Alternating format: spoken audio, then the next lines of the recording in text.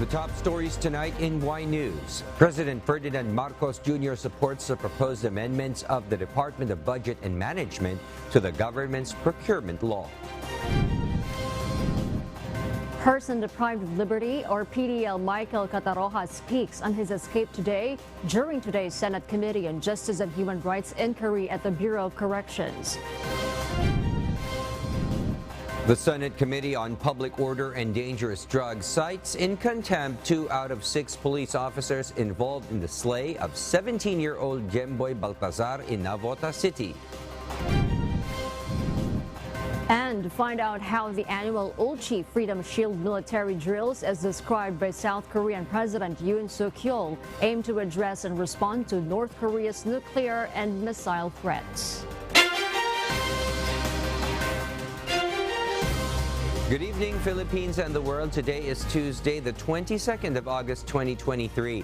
Join us in the next hour as we deliver today's top stories around the Philippines and in other parts of the world. I am William Theo. We are also seen in 1,935 satellite monitoring centers nationwide and via live streaming worldwide through the UNTV News and Rescue social media channels. I am Harin Delgado. First in the news, President Ferdinand Marcos Jr. expressed his satisfaction with the proposed amendments of the Department of Budget and Management to the government's procurement law.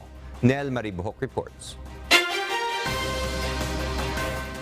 Department of Budget and Management Secretary Amena Pangandaman said that President Ferdinand Marcos Jr.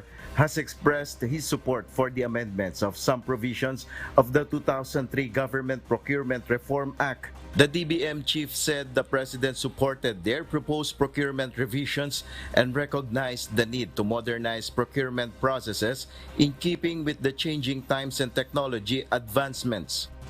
And yes, our president po agreed on our amendments, except for may mga ilang items lang po. She added that the proposed amendment would address underspending in government offices, which contributed to the slow gross domestic product growth of the country in the second quarter of the year. One contributor po, kaya bumaba po yung ating GDP, is yung government spending. The DBM are hoping that Congress will support the necessary and tedious process of updating the government procurement processes, which usually affect 25% of the government annual budget. Nel Maribuhok, UNTV News and Rescue. We serve the people, we give glory to God. Recaptured inmate of the New Bilibid Prison, or NBP, Michael Angelo Cataroha, reenacted anew how he allegedly escaped from the NBP maximum security compound last July 7 in the morning. Cataroha made the reenactment first with the Bureau of Corrections, or BuCor, Board of Inquiry yesterday, August 21. Cataroha showed to the Senate Committee on Justice and Human Rights that he used an L300 vehicle to hide, immediately went inside a garbage truck, and clung under for an hour. He further said that his previous statement with the Baguio Police that he imitated the BuCor stamp and walked out casually from the NBP was false. Sa C6, pero kanina sinabi mo kay Police Major Moratillo, binaybay mo ang EDSA. Malayo ang EDSA sa C6. Oo nga eh. So hindi totoo yung EDSA. Hindi ko eh. Ay, yung nagsinungaling ka sa kapulisan. Opo. And because some developments over the issue of Cataroha's escape, the committee is expected to conduct another hearing to clarify some issues. Person deprived of liberty, or PDL, Michael Cataroha stressed that no one helped or pushed him to escape from the New Bilibid Prison, or NBP, during the Senate Committee hearing on Justice and Human Rights hearing earlier today. Dante Amento tells us why. Inmate Michael Angelo Cataroha was presented in today's Senate Committee on Justice and Human Rights inquiry at the Bureau of Corrections, or BuCor. Gustong malaman ng committee ngayon yung circumstances tungkol sa pagkakahuli, pagkakatakas ni Michael Cataroha. Cataroha said he escaped from the National Penitentiary because no one was visiting him. Meron ba nag-utos sa'yo para tumakas ka? Wala po. Kung saan loob ka lang tumakas? Opo. Bakit ka naman tumakas? Program ko yan po. Ha? Program ko yan po. Wala akong lalaw. Wala kang dalaw, nainip ka, naboryong ka. Opo. And due to boredom last July 7, he escaped by clinging under a garbage truck. He told the Senate committee that no one noticed him, even the NBP securities. Paano mo nalaman na consistence ka na? Hindi po ko kailalim eh. Ako ko na rin. Arsada natin, pare-pareho ang arsada. Alam mo, sisins na yun. Bakit mo nalaman sisins Kasi na? wala dyan natin. Meanwhile, the Bucor Board of Inquiry or BOI is now conducting its separate investigation into the incident. Bucor Chief Pio Katapang said he relieved over 10 jail guards while under probe. Pwedeng negligence. Pwede silang matanggal sa trabaho o sa serbisyo. Ilan po lang yung relieve na jail guards? Maabot ng mga, hindi ako sakto, no? 10 hanggang 15 na mga dapat managot dito. Kasi meron tayong keeper, tapos may overall keeper, tapos meron pa tayong commander of the guards, and then of course yung superintendent dito sa maximum. The BOI said to release its report after 2 weeks that includes who will be held liable over Cataroha's escape. Dan Piamento, UNTV, News and Rescue. We serve the people. We give glory to God. The needs of former Undersecretary of the Department of Information and Communications Technology or DICT Eliseo Rio Jr.'s group are not consistent with what they want to determine in the Commission on Elections or COMELEC because it has granted the transmission logs they requested. To resolve the issue, COMELEC Chairman George Erwin Garcia has instructed Rio's group to identify what documents to request in order to understand the entire election process in May 2022. If they wish to comprehend the entire election process, they should request the audit logs. Although the solicitation policy of this type may lead to a court case in the event of an election protest, if Rio's camp demands it, Chairman Garcia will persuade the ANBAG to provide it. However, they cannot provide it for free because there are many processes to go through, and the Audit Commission will also examine it. Ano yung ibig sabihin ba talaga ng transmission log? Baka po iba yung amin, baka iba yung kanila, pero yung pong aming binigay na transmission, yun po yung sinasabi rin ng aming lahat ng citizens arm. So hindi ko po alam kung anong hinahanap. Kaya nga po, nililid ko na sila sa pinaka-importanting dokumento, audit logs. Audit logs po, lahat na andun yun. Ang dapat pagdudahan, pag mabagal. Pag mabagal, inaayos pa yung result. Kapag ka mabilis, so hindi mo rin talaga ang sa atin po kasi nagbabago ang teknolohiya, gumagaling yung mga tao namin sa Information Technology Department na ayos nila yung lahat ng mga gusot. The Commission on Elections or COMELEC warned all aspiring candidates against early campaigning. In a Security Command Conference for the 2023 Barangayan Sangguniang Kabataan Elections or BSKE in Camp Crame, COMELEC Chairman George Erwin Garcia says they will implement strict actions against early or premature campaigning. Chairman Garcia adds this will be on direct and indirect campaigning. The COMELEC will also observe through social media platforms.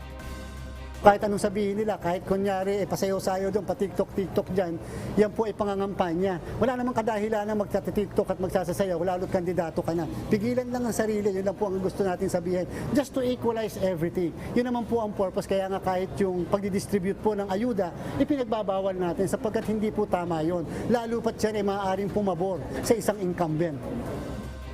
The COMELEC chairman adds that they will file case and disqualify those who will be engaged in premature campaigning.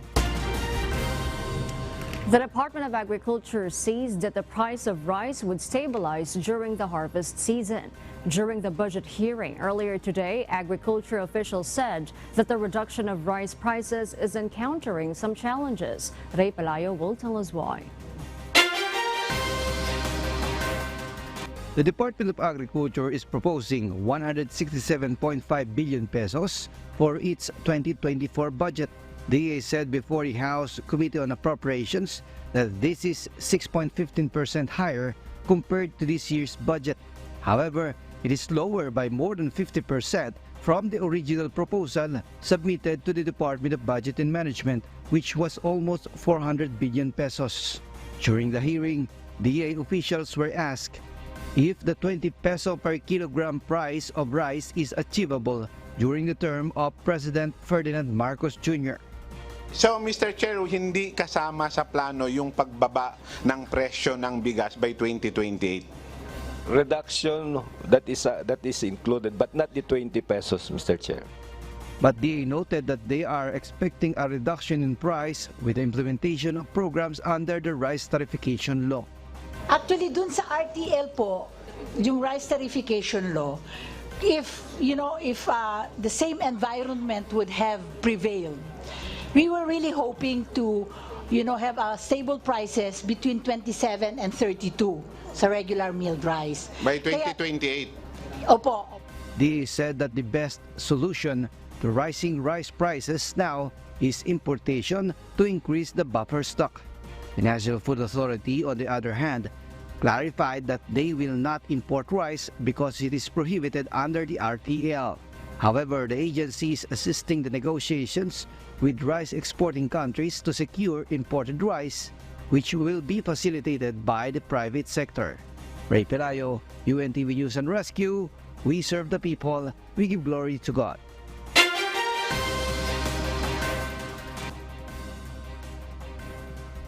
And for the news abroad, North Korean Supreme Leader Kim Jong-un visited a naval unit and supervised a strategic cruise missile test. Annie Mancilla will give us the details live.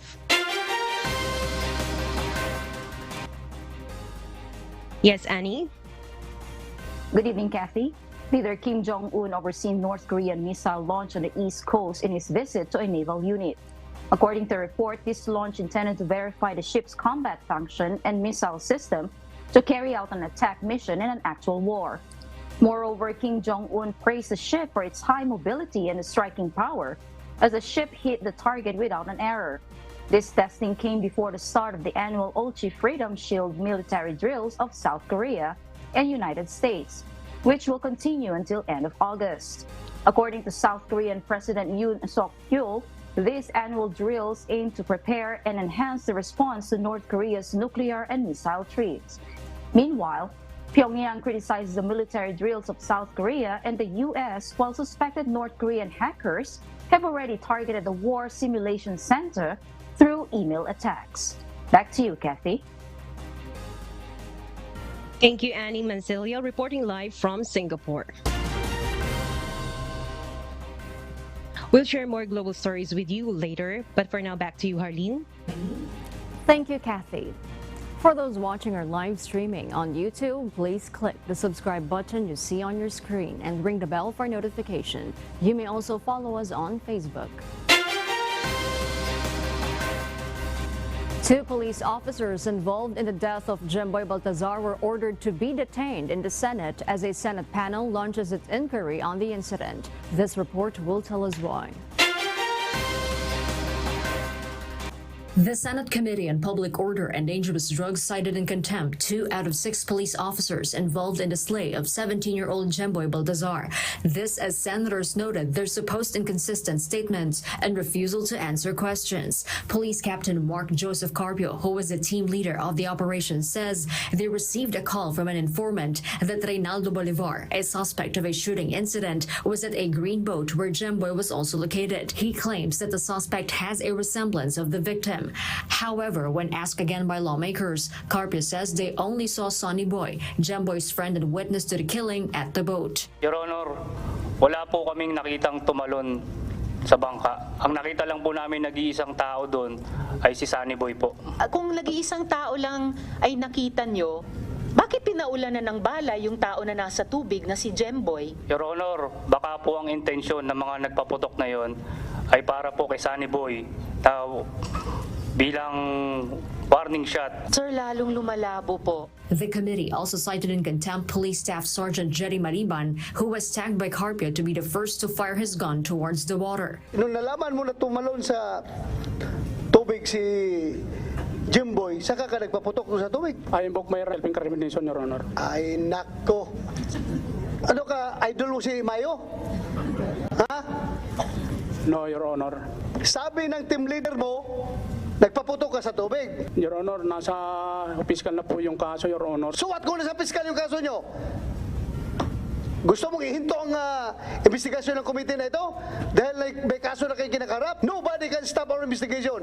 It was also found out during the hearing that Maliban had been dismissed from service in 2020 for grave misconduct and serious irregularity and has a pending case for robbery extortion. Pero Your Honor, nakaimar po ako noon, Your Honor. Bali, ano yun, sir, Your Honor, hindi naman po talaga ako yun. Senators lament why Maliban was able to go back to active service despite his dismissal order years back. Yung kanyang kaso ay hindi rape, hindi pambubugbog, kundi robbery extortion. Ibig sabihin, magaling mag-produce ng pera ito. Kaya kung sino man nag-reinstate dito at ginawa itong operatiba, pinakikinabangan to. Unang-una, wala po akong alam about sa kaso niya at nadatnan ko na lang po siya, Your Honor, diyan sa Navotas City Police Station. Kung merong mga appealed cases yung mga PNP, hindi na dapat idinideploy sa ganitong usapin. Exactly, Mr. Doon lang po Chair. ng kulang. Kasi nga, binigyan natin ng due process yung mga tao, subalit huwag mo nang ipalaot. Lalo't-lalo na ang kaso niya robbery extortion. Kaya nagagalit din kami, talagang dapat dismissin. The Philippine National Police admits the involved Navotas police officers committed lapses in the police operational procedure, internal discipline, and policy on command responsibility. It vows to revisit its policies on dismissal of erring personnel and to prevent them from being reinstated. Kung ako po ang tatanungin, masasabi kong ito ay malinaw na betrayal of public trust o pagtataksil sa tiwala ng taong bayan kung kaya hindi namin palalampasin ang mga kasong ito. Hindi po kami papayag na yung mga nadidismiss ay nakakabalik pa. We will tag and hold the salary of erring PNP personnel. Sa totoo lang, nahiya kami sa kabila ng itinaas ng sweldo ng pulis, actually na doble po, ay may ilan pa ding hindi nakukontento at sumasangkot sa anomalya, krimen at pang-aabuso. The Senate panel will conduct its next hearing on August 29. Harleen Delgado, UNTV News and Rescue. We serve the people. We give glory to God. Transport Group seeks increase in the minimum fare of all public utility jeepneys nationwide due to the continuous upward trend in diesel price. JP Nunez will tell us why. Pasang Mazda National President Obet Martin cited that with a series of oil price hikes, around 400 pesos of income are being lost by jeepney drivers. To alleviate their expenses for diesel, 3 transport groups filed a petition before the Land Transportation Franchising and Regulatory Board or LTFRB seeking a 5 peso fare increase, of which 1 peso will be an urgent request as a provisional fare increase. The remaining 4 pesos will be subjected to deliberation by the board. Ang proseso po niyan, kung mag-grant yung 1 peso, yung 4 pesos hihiringan po yung schedule for hearing ng board. At yan po medyo matagal na talakayan. Once fuel prices return to normal, the provisional fare increase will automatically terminated. Co-petitioner Altodap believes that their request for a 5 peso increase will be sufficient given their projection of diesel reaching 80 pesos per liter by December. Ay inaasahan din po namin, mukhang hanggang December po, mukhang ang pagkakaalam po, ewan ko na po kung gaano katotoo to, naaabot po ng 80 pesos per liter hanggang December ang diesel. Imagine, kung aabot po tayo ng ganon, sobra na pong kawawa ang ating mga katsuperan at mga driver natin.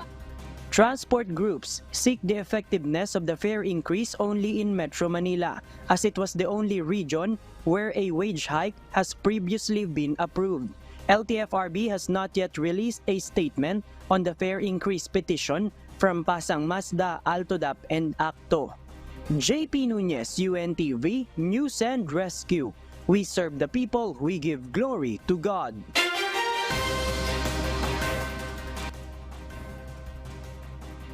And in other global news, A sweltering heat wave has engulfed Texas and central United States, driving power demand to record-breaking levels as residents and businesses rush to cool down their spaces. This surge in demand has put significant strain on electricity grids and raised concerns about their capacity to cope. Paul Gatchalian tells us why. The Sun Belt states, including Texas, have experienced an upswing in economic growth and population expansion, leading to heightened electricity consumption as experts project that this trend will propel overall United States power demand to reach historic highs not just this year, but in the years to come.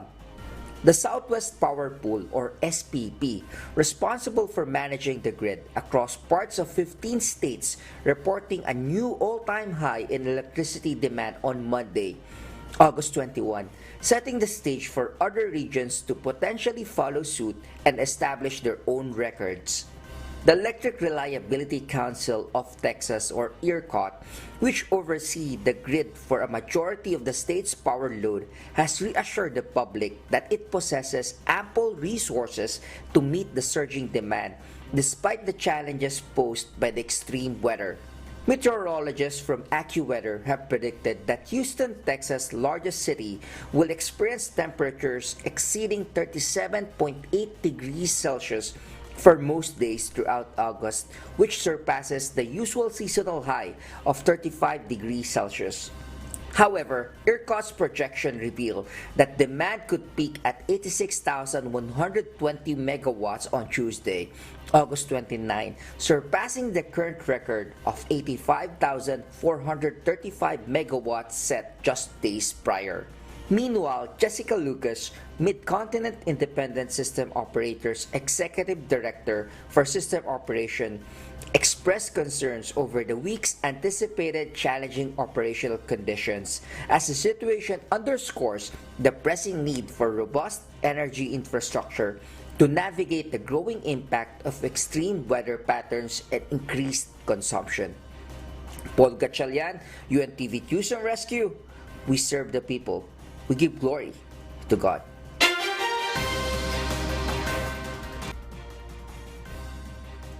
Hurricane Hilary has brought terror to the western United States as extreme rainfall brings flash floods across the Californian state and across western region.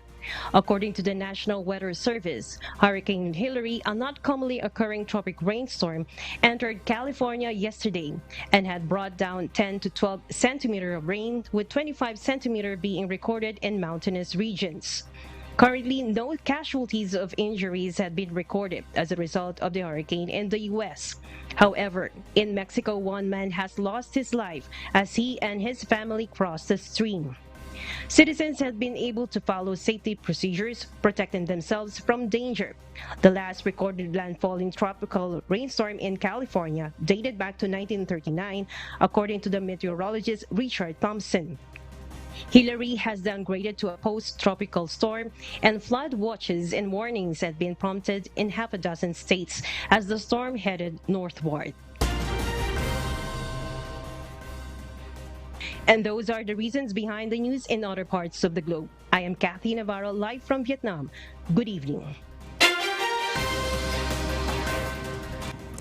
Road sharing for bicycle and motorcycle has been presented by the Metropolitan Manila Development Authority, or MMDA, which aims to reduce traffic congestion along EDSA.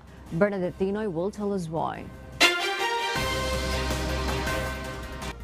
The Metropolitan Manila Development Authority, or MMDA, reports that they plan to share roads for motorcycle and bicycle lanes. MMDA Chairman Roman Duarte said they are facing challenges such as a lack of personnel. Unang-una po, hindi siya kakayanin ng existing bicycle lane dahil medyo makipot po yan at sa sobrang dami po. Kasama rin po dyan na inaaral yung optional dahil nga po sa sobrang dami at kung hindi po kasya dito sa bicycle lane, papayagan natin pumasok. Yung iba manatili doon sa ibang linya. Pinag-aaralan din po namin na may oras yung papayagan silang pumasok dyan. The MMDA also acknowledges the challenges it faces, such as a shortage of personnel and criticism from motorists. On August 29, they are scheduled to meet the cyclists and rider groups to solicit their feedback and suggestions regarding the proposed regulations. The MMDA has recorded a total of 208 violators, with 179 of them being motorcycle riders. The agency added that they will penalize riders without exception. It is expected that strict implementation of this will begin next week, and those who are caught violating will be fined 1,000 pesos. Chairman Artes also emphasized that there will be no exemptions from apprehension, and it won't be limited to just motorcycles. Meron po kaming kuha ng kotse na pumapasok sa bike lane na amin pong hinuhuli. So, hindi po pwedeng sabihin na bisikleta or motorsiklo lamang yung amin pong hinuhuli. Even nga po illegal vendor na nasa bike lane. Meanwhile, riders have different opinions about the matter. Muntikan talaga ako tumilapon doon sa may gutter ng kasi nasagi yung ganito ko eh. Siya yung sumingit, natamaan niya ng manibela yung ganito ko, napaganon ako. Mabuti ka mo, nakatukod ka agad yung tuhod ko. Kung hindi nakatukod, tumba ako doon sa may mga kasunod na mga motor. Okay lang na hindi kami dumaan doon, pero may time din talaga na wala naman nagbabike ng ganong oras eh. Sabihin natin gantong oras, sabihin natin 2 o'clock hanggang 3. Wala naman nagbabike dyan kasi sobrang init. Kami, halos 24 hours, nagmumotor kami. Bernadette Tinoy, UNTV News and Rescue. We serve the people, we give glory to God. Schools in Quezon City support the Toxic Free campaign in their premises, as this would help avoid affecting the learning ability of students during their study. Gladys Tawabi will tell us why. As part of the Brigada Eskwela efforts, the Ban Toxics group inspected 2 schools in Quezon City today. This is to ensure that schools are safe and don't have harmful chemicals like mercury and lead, which can affect children's health, especially their brains. Sa ilalim kasi ng Chemical Control Order for Lead and Lead Compounds at saka mismo dito sa DepEd Order number 4, nakasaad doon sa CCO na ito na ang limit lalong-lalo na dito sa mga paint coatings for lead ay 90 parts per million lamang, hanggang 90. Ayan na po yung limit. Ibig sabihin, pwede na siyang i-categorize na lead safe. Kung lumagpas dyan, dun mas magre-require na ng remediation, repainting, o di kaya ay ipaabot natin, i-inform kagad natin yung eskwelahan para ma-actionan kagad dito bago pa magsimula yung klase o school dito sa atin. Parent Julius Sagom admits that he no longer checks if the school supplies he buys for his children this school year are registered or have the label lead safe. He simply assumes that they are safe to purchase as long as they fit within the budget, and he supports them. So his joy is all the more evident regarding the school's initiative to ensure that each classroom is toxic-free, especially as the new school year begins. Isang malaking part yun dahil most of the time, pag umpisa na ng klase, malaking parte ng oras ng mga bata nandito na sila sa school. So, dapat, at least lahat ng ginagamit nila dito sa school is alam natin na safe bilang magulang. At Toro Hills Elementary School, besides keeping the school clean and organized, the school also focuses on ensuring that the things found in their school are free from toxins, as they have noticed some children experiencing difficulties in memorizing. One possible reason might be the chemicals in the school supplies they use. Siyempre, isa sa mga vision namin yung mga bata, habang lumalaki, magiging normal ang kanilang brain activity. Pero kung sa loob ng paaralan, may mga toxic chemicals tayong hindi natin nakikita, pero pag mineasure mo sa isang instrumento at makikitang may ganon, kawawa naman yung ating mga estudyante. Meanwhile, Nick M. Joaquin Senior High School shared the steps the school is taking to be free from toxins this school year. Sisimulan natin sa mga nilalanghap nila.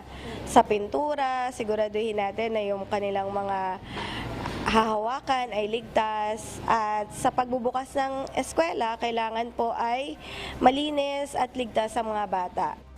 Parents and teachers are reminded to not only consider the affordable price of things, but also ensure their quality and safety labels to prevent any negative impact on the students' learning ability. Gladys Tuabi, UNTV News and Rescue. We serve the people, we give glory to God. Thousands of residents and visitors will receive a memorable treat from the private-led Hotel and Restaurant Association of Baguio, or HRAB, when it presents the largest wedding cake to the public on September 2 as part of the Hotel and Restaurant Tourism Week celebration.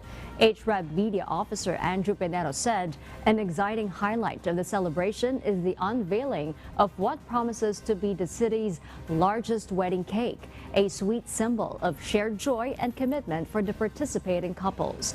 The local government of Baguio has extended an invitation to couples seeking to formalize their union in a memorable and unique way. In a recent statement released by the City Public Information Office, the city announced plans for a mass wedding scheduled for September 2, 2023. Couples wishing to take part in this grand celebration of love are required to submit a set of documents to ensure a smooth and organized event. The city is emphasizing its commitment to environmental sustainability by incorporating this unique element into the mass wedding event. Our kasangbahay, as the world faces these trying times amid the various challenges and uncertainties, we are inviting everyone to join the global prayer for humanity. Good day. I'm Brother Eli Soriano of the members of the Church of God International. I want to invite you to join us in a minute of prayer every day to pray for humanity and the whole world as we go through these perilous times. While safety measures like washing of hands and strengthening of our immune systems may help us through this horrible predicament, there is still no precaution or cure more powerful than God's mighty intervention, and we need His intervention now more than ever. It doesn't matter what religion you are in or what denomination you belong. This is an invitation for all the people around the world who cares for the future of their family, friends, loved ones, and humanity as a whole. Everybody is welcome to pray with us. For more details, you can check out the description box below. Thank you very much, and I hope to hear from you soon. May God bless you.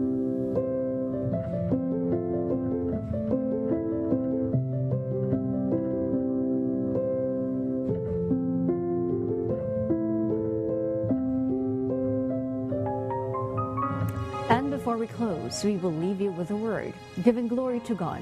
From the book of Proverbs, chapter 20, verse 1, it says, "Wine is a mocker, strong drink is raging, and whosoever is deceived thereby is not wise."